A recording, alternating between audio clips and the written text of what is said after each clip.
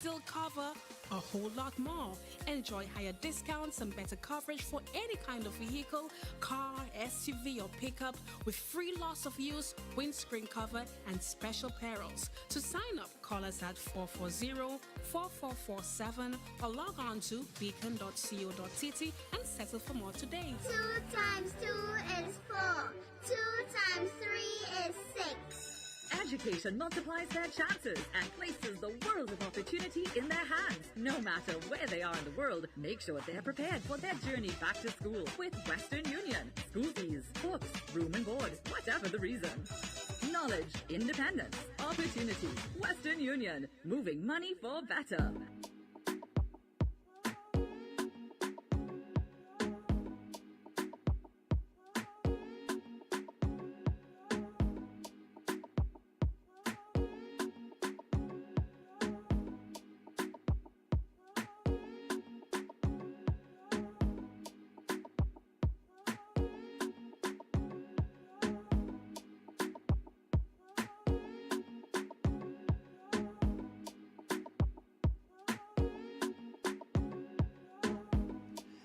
We're back. Good morning again, everybody.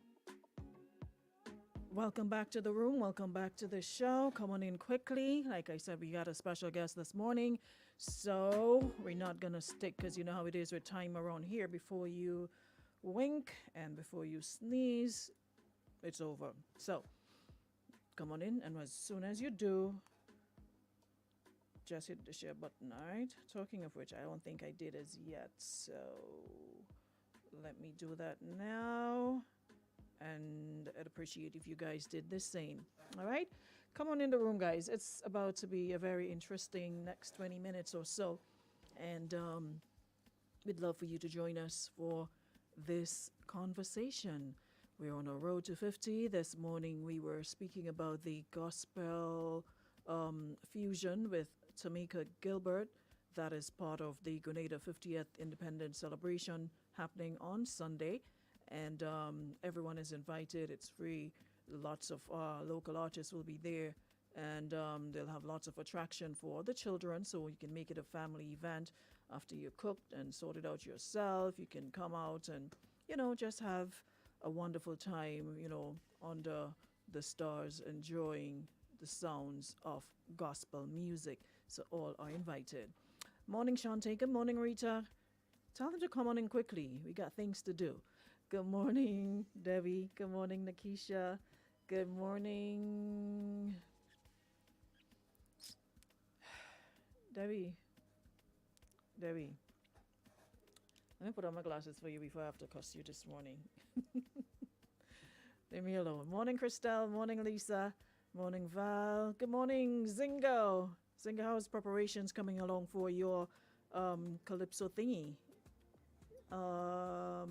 The New York part of the Calypso competition. I see you guys have something going on.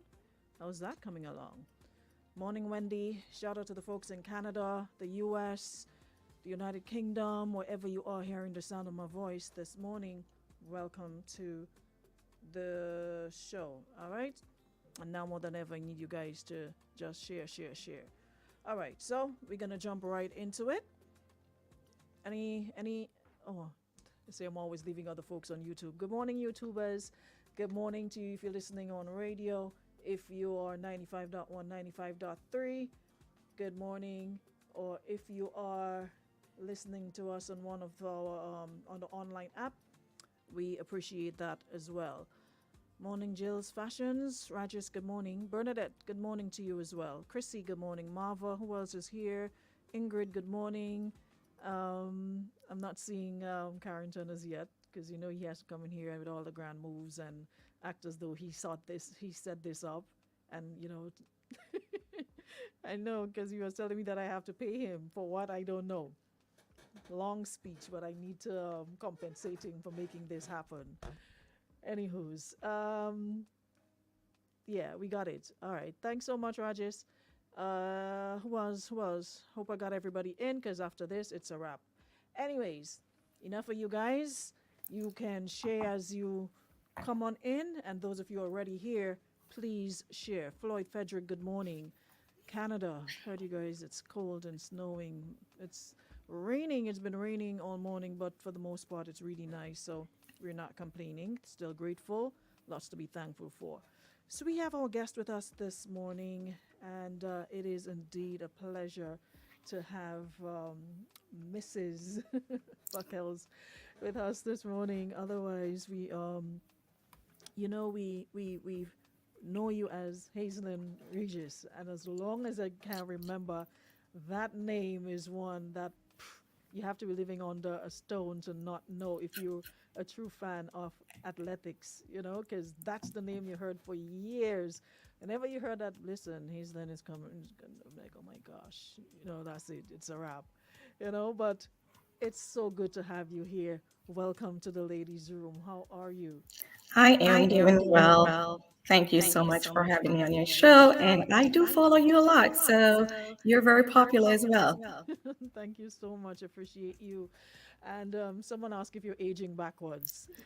Yes, apparently it runs in the family. So if you know my aunt, Kim Simeon, who is Carrington's mom, they ask the same questions. Are you aging? So I think it's a genes thing. If you know my mom, you probably say the same thing. But it's just taking care of yourself because health is wealth. I totally agree. Um, well, let me just check, guys. Let me know if it's you're still hearing any signs of echoing. Are you hearing echo still?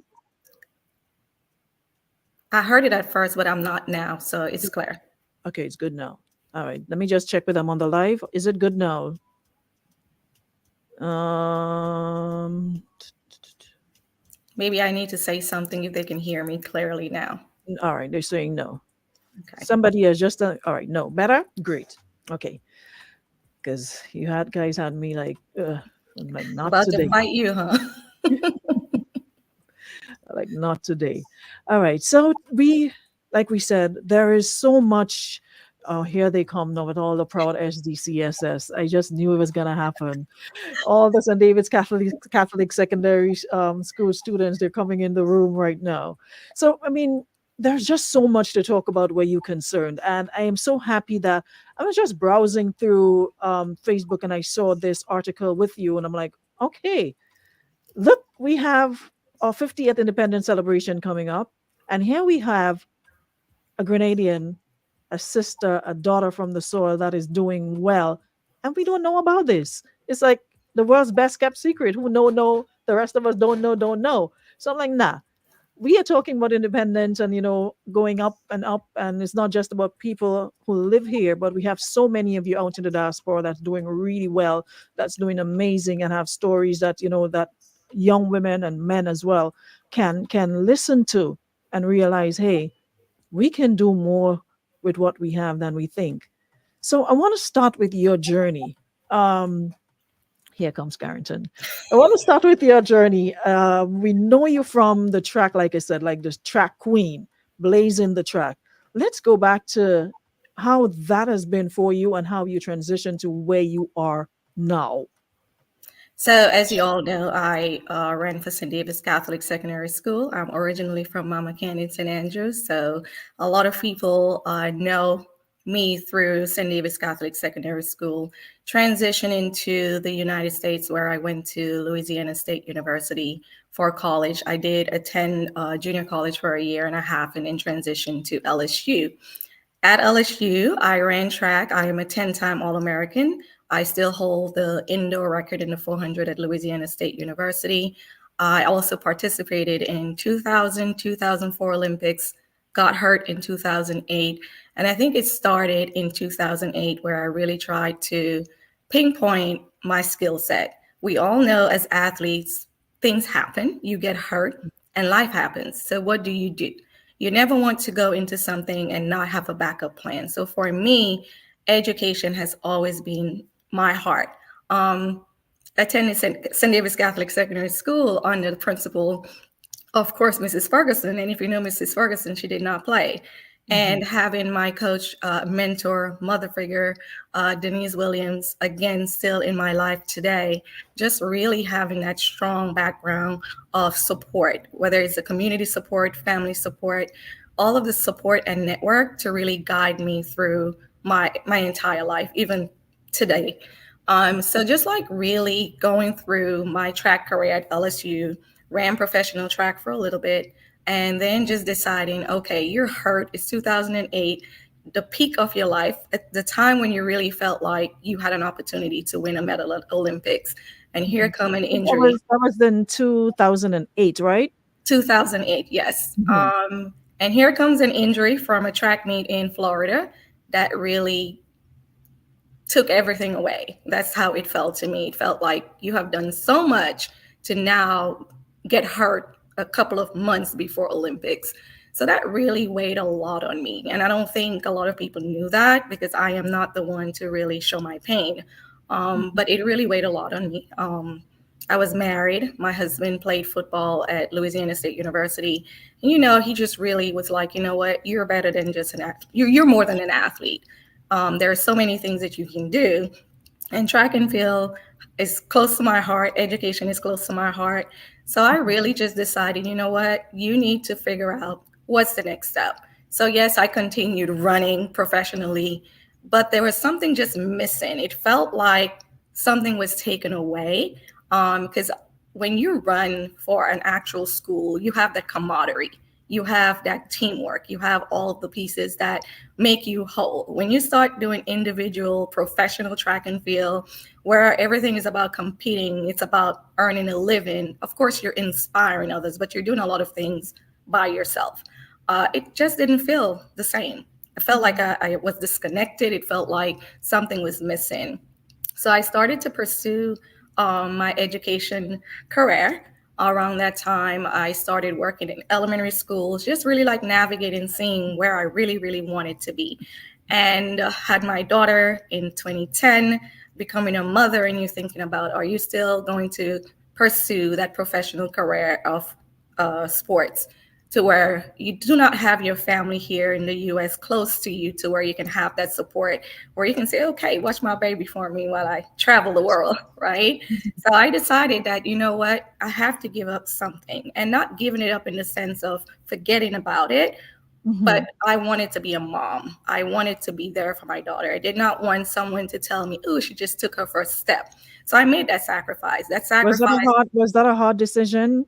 it was a very hard decision, but it was a decision that I knew at the end of the day, I was okay with it. I was Mhm. okay with saying I've given the sports all I can, at the level I am, and that I need to move on to something else.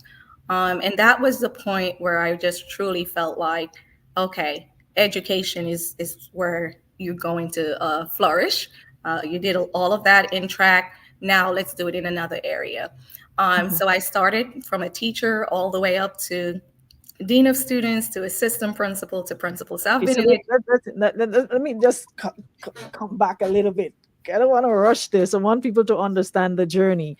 So you got injured 2008, and then decided, okay, things aren't the same here in my track life. Then got became a mom, and of course you had to decide, which one of the two is more important, which one should I give more of my time to. And then you still have, of course, a career, so you now moved on to teaching. How did you start the teaching part of it? Woo, so the teaching part of it, as an athlete, everyone believes that you're good at health and physical education, right? Mhm. So I went into an elementary school, and I spoke with the principal, and I was like, hey, this is just express who I am. And fortunately, in Louisiana, a lot of people knew my name, knew that I attended LSU, similar to a lot of people knowing me back home. And she was just like really excited about having an athlete, a pro athlete, an Olympian, someone that can mentor others. She was just really excited. And I was like, look, I am just trying to see if this is for me. Nothing promised. So I started to just come in like at a sub basis, just going into the school on days that they need someone, because again, I didn't want to make any commitment. And I really started making that connection. Seems like the kids just really connected to me.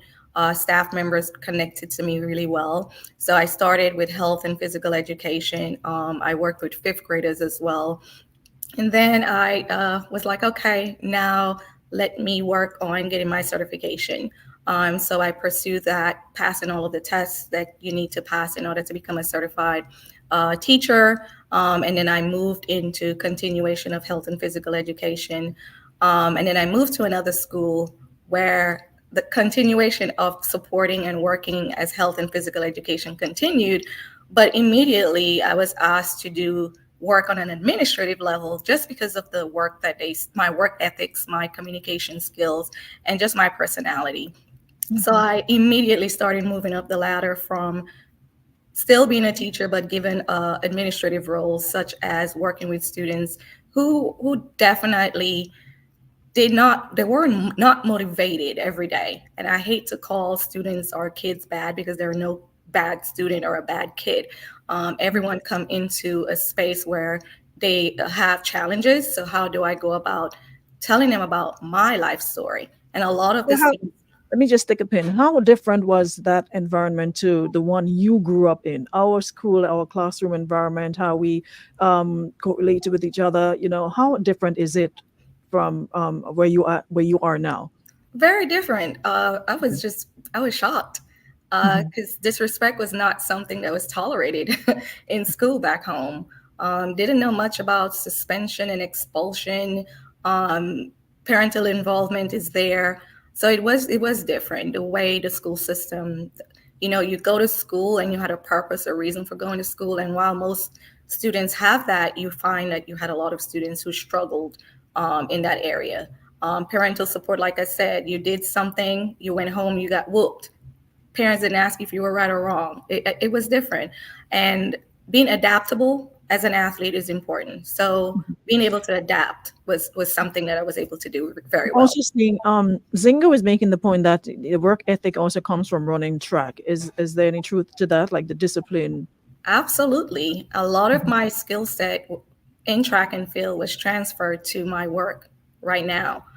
Having that work ethics of adaptability, being an effective communicator, discipline, all of that. So even though people were like, well, you're a track athlete, what do you know about education? And I always said, look, everything that I'm doing in track, I have skill set that I can apply in the real world. So I didn't see it as a transition that I was too worried about. Okay. Now that transition, of course, from track, motherhood, wife, how do you get them all to work? And now, as you continue along this journey. Well, it is hard, but I can say I have a very supportive husband, and we are both athletes. So we have that mindset of understanding balance, understanding that anything that you want to pursue, it takes togetherness. So I do a lot, I am involved in a lot. So he understands that. Um, as I continued my life through education, like I said, I worked myself up the ladder, as we would call it, from now being well, I am actually been a principal for 5 years. So a lot of people Yes, think I it's was my just first about year. So tell us about that transition to principal. Now, that's what you call a leap because you went from being a teacher and now you're a principal at Kenilworth Science and Technology Academy. We'll speak more about what it is all about, but how did you get to that part? So a leap, but it was slow leap, a slow leap. So teacher to, like I said, dean of students to assistant principal to principal. So it's just like really slowly climbing the ladder. And like I said, I did not go into the field where I was immediately promoted to principal. It was more so having a school that really trusts my leadership, trusts the work that I did, my commitment, my loyalty, and all of that. All of those things plays a great role when you're working for any entity. So in 2019 is when I became a principal, and Lord, no, COVID threw its face at me. And I was like, is that a blessing or a curse? Because how can you just be promoted to a job and then a couple months after that, you're telling your school that we're going home and hopefully it will only be for 3 days or a few days, and found out it was not Mhm, true. So mhm. a lot of my work as a principal was through virtual until we came back in person, which I really, really enjoyed because it also helped me with adaptability again, coming from brick and mortar to now into the virtual space and the use of technology. How do you build relationship with kids and adults on a virtual platform? So it was a lot of different pieces to it. How challenging is that? And I also want to know in terms of like the demographic, your students, we don't like doing the color thingy, but how varied is it in terms of your student population? Well, my student population is 80% plus African American students. And then I have a high percentage of students from our Latinx population. Mhm. So again, it's still working with that same group. While I'm looking at it from, okay, you had opportunities to work at almost any school you wanted to. I truly believe my work have to be in a space where it's needed the most. It may be the most challenging, but that's where it's needed the most. So hence the reason why I'm always seeking to be in spaces where I can make an impact, because anyone could work at an institution where everything is going well. I am the athlete mindset of you can do anything you put your mind to. So again, my population again is 80% African American. My students are coming from all different backgrounds with all different challenges. Um, but I would not give it up for the world. I would not trade it, because going every day and having kids, despite what's going on, have that smile, the hugs. And we just expanded from sixth, seventh, and eighth grade to now kindergarten all the way to eighth grade. So I'm leading a campus of little babies all the way to middle schoolers. And it's just a joy walking on your campus every morning, knowing that you're going to get that smile, that hug, despite how difficult it may be. I have a question here. Zingo is asking, can you ask how easy it was to quickly adapt to virtual teaching?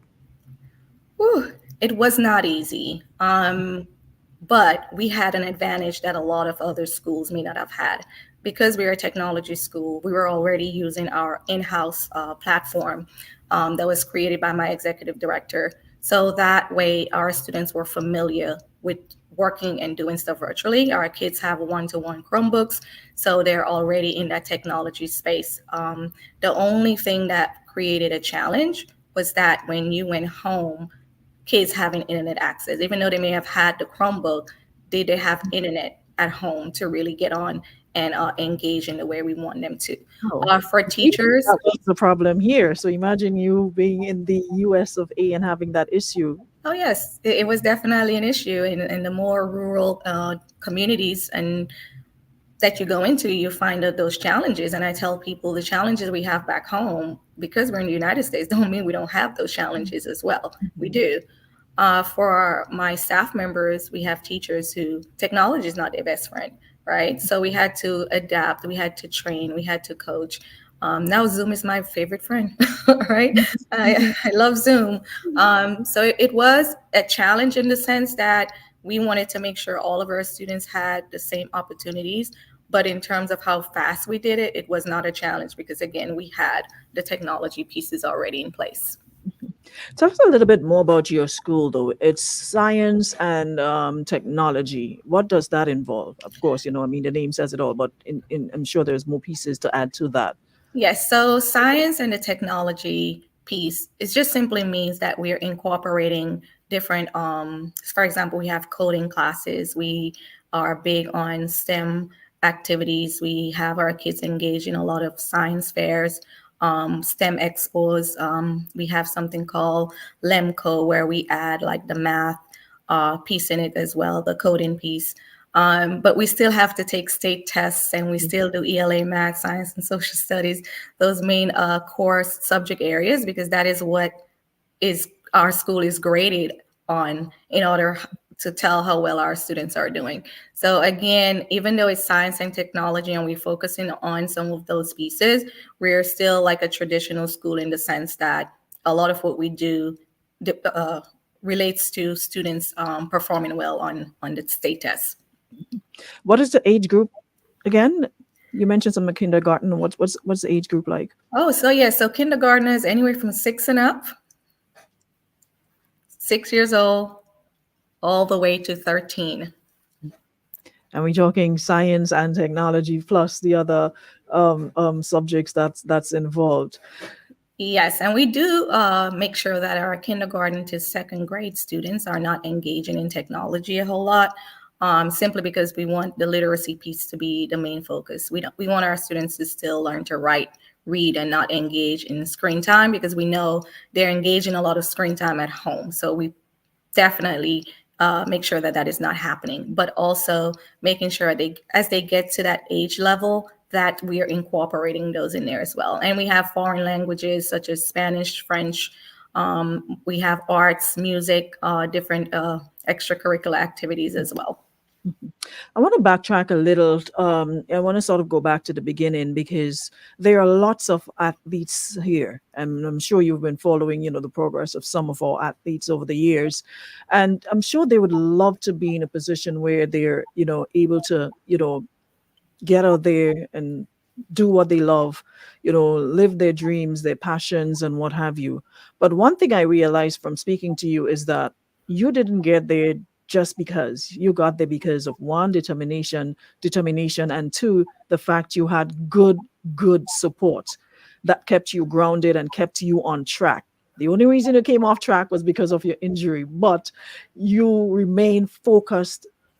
I mean, when you get out there, there are so many distractions, right? There are so many things that can pull you here, there, and everywhere. But you remain focused to the point where you're now a principal at a school. So for young athletes, whether it's male or female, that transition, I'm sure it was not just smooth sailing from the time you left Grenada to go to the US. Speak to us about some of the challenges that you encountered, because we don't want to give everybody the impression that it's all peaches and cream and it's, just get on a plane and everything is hunky dory. For those who have its dreams and aspire to be more and do more, what would you say to them? So before I get to that, I am the chair for Grenada Athletes Commission that was recently established. So I work closely with athletes back home. So hence the reason I said I do a lot. Um, so Aruna, the transition is definitely something that we need to make sure that we are ready for. So I remember for me specifically, and for athletes who attended St. David's Catholic Secondary School, having a principal, having teachers, having coaches who really help you navigate that pathway. Because remember, your family don't always know the pieces of what needs to happen. So that effective communication between your school and home was very, very important. I do have a strong support system. So when that time came, I knew what to expect, what not to do, and what to do. And if you all know Miss Williams, Miss Denise Williams did not play. You could hardly talk to somebody for too long. So we know how she is Needs to be in recognized. reference. Yes. So when I came to the United States, I was very aware that in order to be a top class athlete, in order to graduate and to make sure that we are remembering where we came from, that we had to make choices. It's all about choices.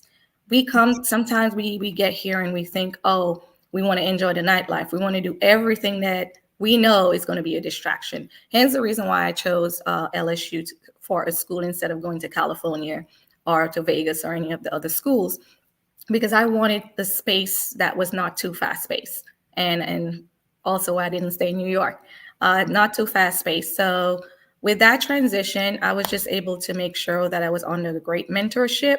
And again, using my coach, using my aunt, Kim Simeon, who I'm sure probably on listening, using all of my parents, using my cousin, even though Carrington is younger than me, he tends to feel like he's older than You me. So swear he's your older brother or right, something. he wants to tell you what to do. But I had that system that even members of whether it was the GOC or just different spaces who really advised me on making sure that when you get there, here are the things that you need to make sure that you're working towards. And that was track and school, nothing else. Everything else came after. When I got to LSU, I also had great coach who Dennis Shaver, who also really, and Mark Elliott from Jamaica as well. They really sat you down and let you know, as an international student, you don't have a lot of room to mess up, basically. So you have to make sure that you take everything seriously. I was able to graduate early, and once I found out that if you graduate too early, you're not going to receive certain financial support, I added another degree. Well, you have people who come and they don't even finish their degree, right? I always believe that if my family was not able to provide and pay for school, I will not go anywhere and disappoint them. So for me, making sure I did not disappoint my family, my school, my coaches, and everyone who sacrificed a lot for me, that was what kept me going. I do not like to disappoint my family. I do not like to disappoint people who have invested in me. So I graduated with 2 degrees and I continued to do that, still maintaining a track life where I was being successful on the track. So it's not an easy transition, but if you have a strong head, if you know exactly what it is that you want in life, you're able to make those choices. It's all about your choices. And in terms of financial support, that looks different for everyone. If you go to a Division 1 school like I went to LSU, you're able to have things that you may not have at another division. But that does not mean that you don't give your all and you don't pursue your career, because at the end of the day, education is what's going to get you where you need to go. So even if you don't make it to be a professional athlete, you have your education, you can find a job, you can move forward. You have a that's a backup plan, and always the Absolutely. plan A is to have a plan B. And Absolutely. that is and that and I'm so happy that you're saying this, because you see so many athletes with potential, just fall through the cracks or get caught up in the system and not realize, hey, I've got so much potential. This is what I have to do. And again, the support, having the right people in your corner is so very important, especially when you're out there on your own. It's not like you're here and you're surrounded by family. Out there, you're basically on your own. And Mhm. occasionally people will check up on you, but for the most part, it's you and you faced with you. So to get to that point, to get that opportunity, and then to see, people just, get caught up and thinking about the partying and having a good time and forgetting the plan. It's really sad sometimes, to see so much potential just going down the drain. And yes, and never forget where you came from and who invested in you. And that's like the biggest thing, because sometimes we travel and we feel like, okay, we've made it, but not quite, right? How do you make sure that you're still keeping in contact with people who have gone above and beyond? My uncle Keen Simeon, my aunt Kim, like my dad, my mom, like everybody in my family, my little cousin Anisha. So just I have like a lot of people in my life who even today really continue to push me. And like I said, my husband and even his family, like really strong, tight, neat family who just continue again to, even if I am not home, I feel like I am home because I have that They hold you support there. down. Yes. Mhm. Maureen Isaac, good morning. She says you're an inspiration and role model to her daughter. Was it Janaya? Thomas, who is now at A&M University. Remember me? Janya. Hey, Janya. And motivate her. Thank you so much. Okay, Yes. Jonia. All right, Jonia. All right. So she says, thank you so much for that. So there are people looking on and paying attention. Now let's talk before we got a couple more minutes to go before we wrap up. But let's talk about your passion and your purpose. That's one of the things I saw posted. What exactly are those? So for me, I truly believe in anything that you're doing, you must do it for a reason. I am really, really passionate about making a difference, and that could look different depending on the space that you're in. But my passion and my purpose is to really give back, to be a servant leader, because I believe someone invested in me so to be where I am today. So I need to continue that cycle. And I think if we all continue that cycle, we'll be a better community, better country, a better world. Because it's not all about what you can give someone in terms of whether it's money or the fancy things out there, but even if it's a word of inspiration. And I think again, when I think of what I want to be remembered for, it's not just what I gave someone, but the impact that I've made on the community, the impact I've made on others. I have a soon to be high school daughter. I want her to know that life is more than just a name, or it's more than just saying, okay, I have all of these degrees, my resume looks pretty. But in turn, have you impacted someone? Have you Mhm. helped someone change their lives? Have you motivated someone to be better in their space? So again, I'm also the education chair for an organization called 100 Black Women here in Baton Rouge. And we're all about, again, being there and advocating for young girls, young Black girls, and young Black women. And it's all about sisterhood. It's all about giving back. It's all about building strong communities so that we have a better future. Listen, I can listen to you for the entire day, I swear. As someone says, I'm not an athlete, but I'm inspired, just inspired by your inspiration and how you've persevered despite, you could have given up. That Yep. could be an option when you got injured. went into depression and could be like, my life is over. I'm done with this. I can't do the things I love to do. That could be the end of your chapter, your story, and faded away in the twilight and never heard of you again. But here you are just doing amazing work out there. And, I am so, so, so super proud of you. It's like I said, it's a name that we all knew. You hear the name Hazel Regis and you'll be like, no, I can't do this. I know. And I do a lot. There's a lot. Fire fair on the track, I swear. How did they feel in those days, though? Like you were the queen of track. And you know what, Aruna? I never really, like we would say back home, got a big head out of that popularity because we You were taught remember. to be modest, right? No matter what it is, winning, it's great, but we are not what we call show off. We don't make that, I think at St. David's Catholic Secondary School, teachers, leaders, coaches, they have really just really instilled in us what it really means to be great, but making sure that greatness is not something you use to like overshadow other things, but instead help others. And so many of us are doing great work that came through St. David Secondary School that people don't know about. There's a lot of great things that I do that I don't post because I was like, oh, I don't want it to be like, oh, here's another thing. I just happened to share this magazine because it was shared and it was printed and it was out there. And I was like, I don't want someone to tag me in it. So let me just go ahead and post it myself. But I do a lot of things that people are not aware of. Karen should ask if you want some fry bakes. What is it with you and fry Yes, bakes? he makes the best fry bakes. And whenever I came home from when I traveled to the US and I went back home, he would make that for me. Apparently that's what made me run fast. Fry bakes. So we need some more athletes to do that. Well, the entire family is definitely on the live repping. Good morning, Kim, Simeon, Carrington, everybody there here and sending you lots of love and support. I think I have one more question before we go. Someone asked, what were your challenges to change your profession? So my challenge is, like I said, 2008, getting hurt, it was just really, really a space for me. I did not even watch the Olympics. Could you believe that? I did Did not you? even watch TV. I did not even want to hear about You what were was that going on. affected? It was, and one of my best friend, Nisha Bernard Thomas, who is now Nisha Bernard Smith, participated, and it was because I was ranked in the top 5, Aruna, in the Mhm. world. So that said something. That said that I had a good chance Yeah, of good going in, chance. and even if not medal, making it to the finals because I've made it to the semifinals before. So it was hard, but like I said, nothing in life that's worth anything comes easily. So challenges for me as an athlete, while you have that moment that you're down, it's not how you fall, it's always how you get back up.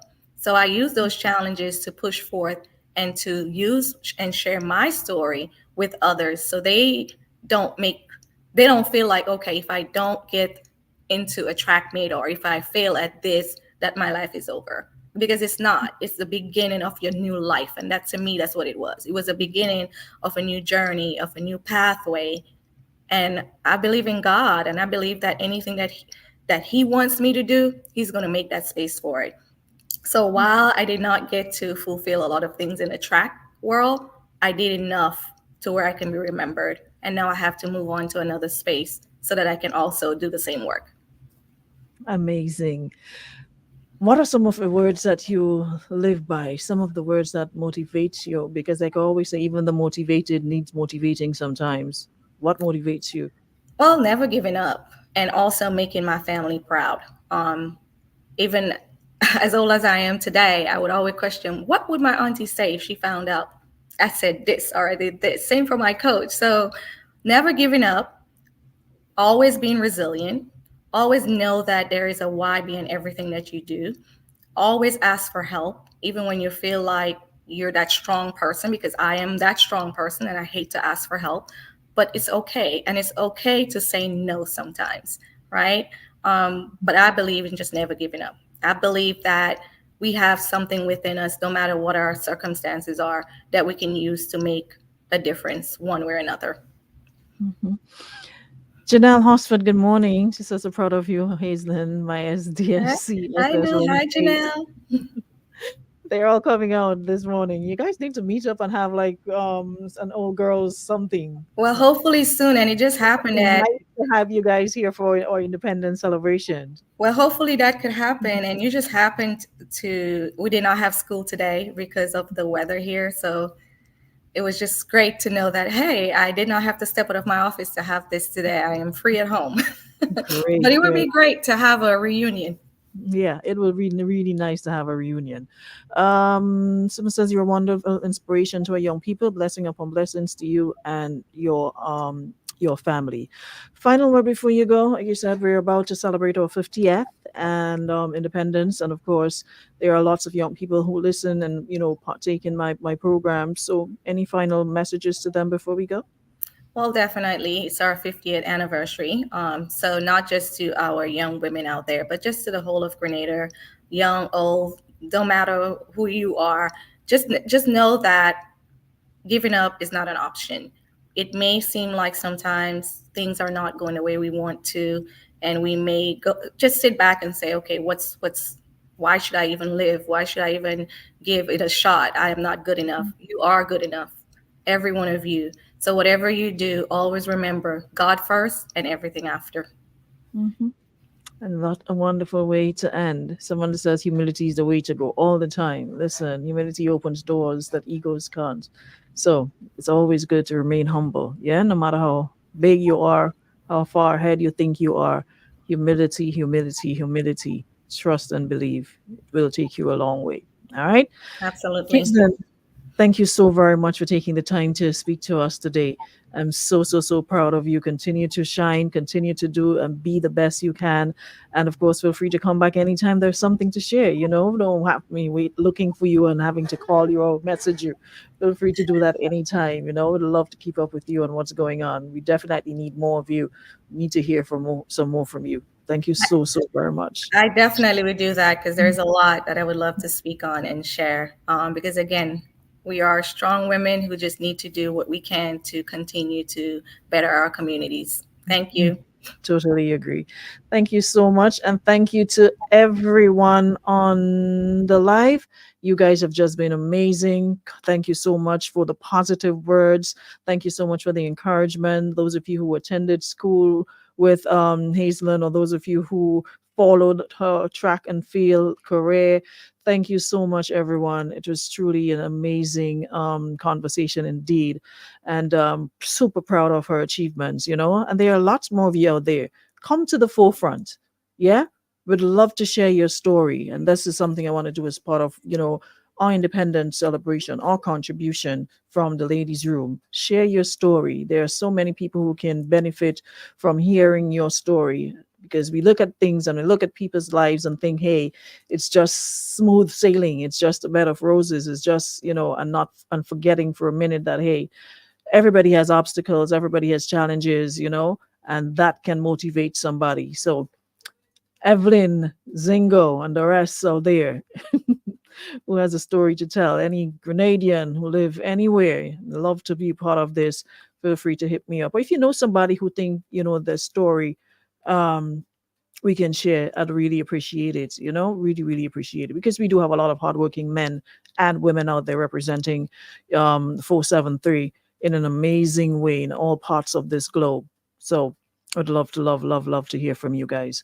So we'll be back tomorrow, same time, same place with much more. And Shireen, I'll try. I'm gonna try to do that. We need to have more programs like this. I'll definitely try. Like I said, if you know anybody, thank you so much. All right. Thank you so much, Cam. Anybody, feel free to hit them up. Feel free to send them um a message or two. All right. That's about it. I'll see you guys tomorrow, same time, same place for another one. Until then, have a great, great Tuesday. All compliments of friends at Beacon Insurance and Western Union.